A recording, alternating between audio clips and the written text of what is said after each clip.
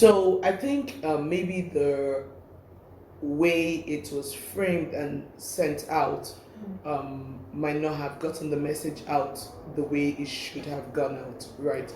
And as we speak today, I'm happy that the president has called for a review of the 8,000 because he's a very responsive president who hears the yearnings of his people and is ready to make adjustments that sits in well with everyone. One thing we must understand is that Nigeria has over 130 million poor persons. That's huge. And this is by the statistics from the UN and of course the Bureau of Statistics and the World Poverty Clock and all of that. Now we also have those who they say are in extreme poverty. Extreme poverty, so they can't have about 1.9 or that's $1.09 a day.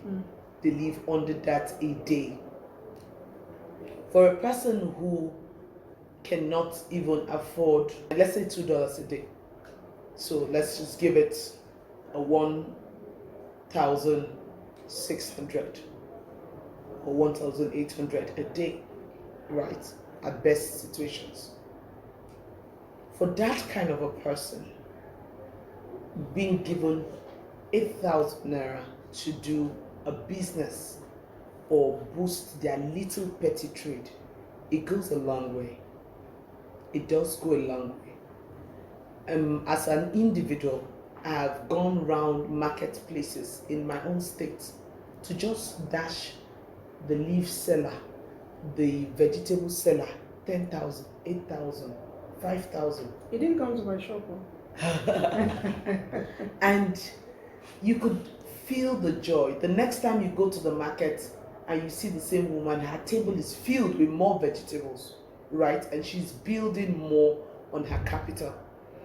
Now, government is providing palliative in several ways. The president declared a state of emergency on food security. He's providing free fertilizers to farmers across the country. That's a huge amount of money. In healthcare, there will be subsidy for people. In education, he has already mentioned scholarships. He has already mentioned student loans. Perhaps for people are looking students. for transport, since Good. it has to do with fuel. Of course, one of the things which I believe will be coming on board soon is to find ways to support the transportation system across the country. So subsidizing transportation in government, public buses and the rest of it. Of course, you know in the UK, you can enter into a black cab from Heathrow Airport to central London and you will pay close to 80 or 90 pounds. And you can still enter the underground train station from Heathrow through the Piccadilly all the way to central London and you pay just £4. Can you see the difference?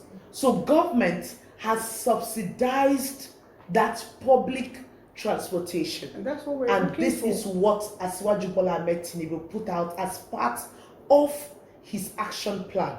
He's trying to set his government. He's trying to bring in ministers and the rest of that. There's so much he can do as one person, right? He's trying to put together his team.